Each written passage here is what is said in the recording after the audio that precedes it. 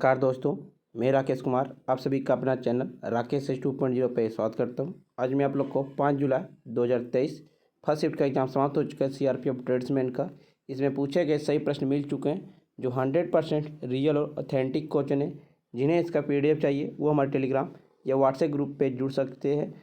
Description में link दे दिया गया है या आप हमारे व्हाट्सएप नंबर से PDF प्रोवाइड करवा सकते हैं 82107585 पे। एक पूछा गया था फ्रेंड्स आपका, शरीर में वृद्धि मरम्मत और ऊर्जा के लिए क्या आवश्यकता है। शरीर में वृद्धि मरम्मत और ऊर्जा के लिए पोषक तत्व की आवश्यकता होती है। पोषक तत्वों को वृहद पोषक और सूक्ष्म पोषक के रूप में वर्गीकृत किया गया है। कार्बोहाइड्रेट, कैलोरी और प्रोटीन वृहद पोषक का एक उदाहरण है। जस्ता, बोरान, लोहा आदि सूक्ष्म पोषक तत्व का एक उदाहरण है। जर्मनी में झंडा किसने पहली बार फहराया था। जर्मनी में झंडा पहली बार आपका मैडम भिकाजी कामा ने फहराया था। अंतर्राष्ट्रीय समाजवादी सम्मेलन स्टटगार्ट में आयोजित किया गया था, जहां वर्ष 1907 ईस्वी में झंडा फहराया गया था। उन्हें भारतीय क्रांति की जननी के रूप में जाना जाता है, मैडम भिकाजी को। उन्होंने पेरिस इंडियन सोसाइटी की स्थापना भी किए थे। उन्होंने भारतीय ध्वज के लिए अपनी डिजाइन को प्रदर्शित किया, एक तिरंगा झंडा जो भारत के 8 प्रांतों को प्रतिनिधित्व करता है। एक पूछा गया था, टेराकोटा किस सिंधु घाटी सभ्यता में मिला था। टेराकोटा आपका बनवाली हड़प्पा सभ्यता में हल के टेराकोटा मॉडल की खुदाई की गई थी। बनवाली आपका हरियाणा के हिसार जिले में स्थित है। एक पूछा गया था, पद सुब्रमण्यम निम्नलिखित में से किस नृत्य से संबंधित है। पद सुब्रमण्यम आपका भारतनाट्यम नृत्य से संबंधित है। भारतनाट्यम नृत्य की उत्पत्ति का पता साजिश से लगाया जा सकता है। तमिलनाडु में मंदिर नर्तक या देवदासियों का एकल नृत्य है।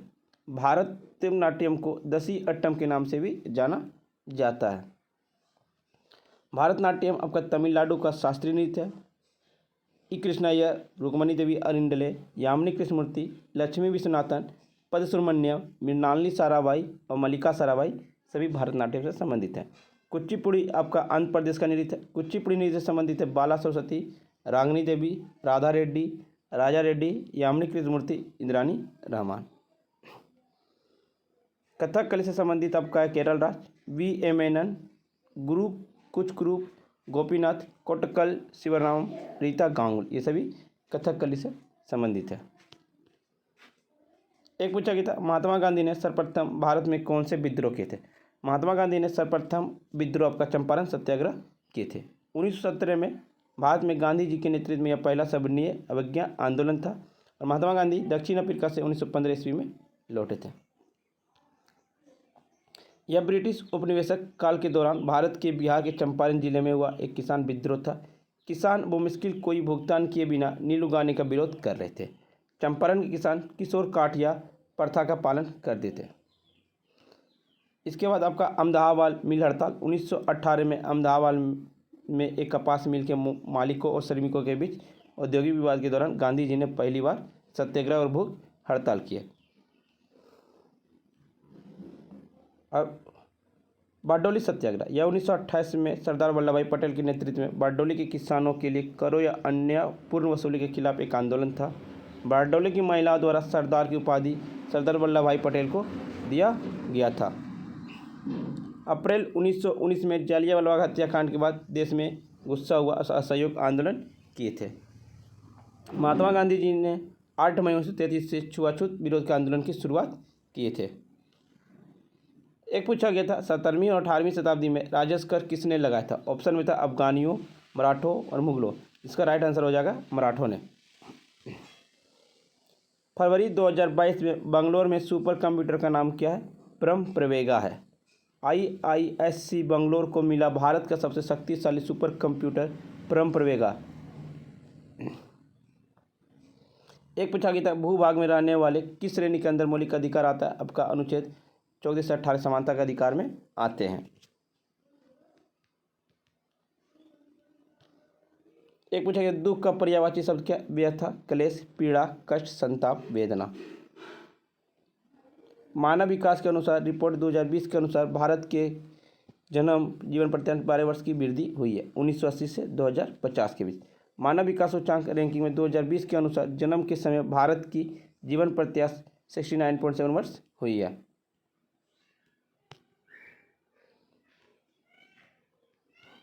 लूनी नदी किस क्षेत्र में? लूनी नदी अरावली के पश्चिम में राजस्थान की सबसे बड़ी नदी प्रणाली है। यह पुष्कर के पास दो शाखा सरस्वती और साबरमती में निकलती है, जो गोविंदगढ़ में एक दूसरे के साथ मिलती है। यहीं से नदी का उद्गम अरावली से होता है और यह लूनी के नाम से भी जानी जाती है। यह पश्चिम की ओर तिलवाड़ा तक बहती है और फिर दक्षिण पश्चिम दिशा में कच्छ के रण में मिल जाती है। सोमपुर नदी प्रणाली अल्पकालिक है। एक पूछा गया था, गोपुत्र में कौन सा समास है? तत्पुरुष समास होता है। एक पूछा गया था, उत्तरी पूर्वी मानसून सर्दी में किस क्षेत्र में वर्षा होती है? उत्तरी पूर्वी मानसून में आपका तमिलनाडु क्षेत्र के कोरोमंडल तट पर वर्षा होती है। सर्दियों के मौसम के दौरान भारत में उत्तरी पूर्वी व्यापारिक पवनें चलती है। मानसून के पीछे हटने के कारण कोरोमंडल तट पर सर्दियों में वर्षा होती है। उत्तर पूर्वी मानसून में पवनें बंगाल की खाड़ी के ऊपर से गुजरती है। वे जमीन से समुद्र की ओर चलती है और इसलिए देश के अधिकांश हिस्सों के लिए एक शुष्क मौसम होता है। इनसे मैदानी इलाकों में सर्दियों में बारिश होती है और पहाड़ों में बर्फबारी होती है। ऐसा इसलिए क्योंकि इस क्षेत्र में ये पवनें समुद्र से धरातल की ओर चलती है, जिसमें नमी भी साथ होती है। पूर्वोत्तर मानसून अक्टूबर हीट के रूप में भी जाना जाता है। एक पूछा गया था, दक्षिण पश्चिम रेलवे का मुख्यालय कहाँ है? दक्षिण पश्चिम रेलवे का मुख्यालय कर्नाटक राज्य के हुबली शहर में। हुबली रेलवे मुख्यालय का स्थापना 1 अप्रैल 2003 को कर्नाटक राज्य में हुबली में हुआ था। भारतीय रेलवे में 18 क्षेत्रों में और लगभग 63 उपमंडल मुख्यालय में विभाजित है। उत्तर क्षेत्र भारतीय रेलवे का सबसे बड़ा रेलवे क्षेत्र है। भारत में 3 प्रकार की रेलवे लाइन है, ब्रॉड गेज, मीटर गेज और नैरो गेज। भारत में पहली यात्री ट्रेन लॉर्ड डलहौजी ने 16 अप्रैल 1853 को बम्बई से थाने के बीच 34 किलोमीटर शुरू किया था। एक पूछा गया था, लेन देन का समास विग्रह क्या होगा? द्वंद्व समास होगा। एक पूछा गया था, निम्नलिखित में से कौन सा मठ केंद्र शासित प्रदेश में स्थित है? लद्दाख में स्थित है। से मठ या गोम्पा और से प्लेस परिसर थे यानी केंद्र शासित प्रदेश लद्दाख एक पहाड़ी पर स्थित संरचना है। से अतीत में लद्दाख की ग्रीष्मकालीन राजधानी थी। इसमें एक विशाल शाक्यमुनि बुद्ध की मूर्ति है। घूम मठ पश्चिम बंगाल, धनकड़ मठ हिमाचल प्रदेश, ताबो मठ हिमाचल प्रदेश, मठ हिमाचल प्रदेश, नमदोलिंग मठ कर्नाटक, तोतालकोंडा मठ आंध्र प्रदेश। एक पूछा गया था फ्रेंड्स आपका, केसरिया स्तूप कहाँ स्थित है? केसरिया स्तूप आपका बिहार में स्थित है। बुद्ध स्तूप मोतिहारी के पास केसरिया में स्थित यह विश्व का सबसे बड़ा बुद्ध स्तूप माना जाता है। केसरिया स्तूप प्राचीन काल में मौर्य और लिच्छवियों के शासन में था। वर्तमान में स्तूप को गुप्त वंश के नाम से जाना जाता है। बौद्ध वास्तुकला में चैत्य विहार स्तूप और स्तंभ शामिल हैं। फ्रेंड्स, वीडियो पसंद आई तो लाइक शेयर सब्सक्राइब जरूर करें और जिन्हें इसका PDF चाहिए वो हमारे टेलीग्राम या व्हाट्सएप ग्रुप पर जुड़ सकते हैं। डिस्क्रिप्शन लिंक दे दिया गया।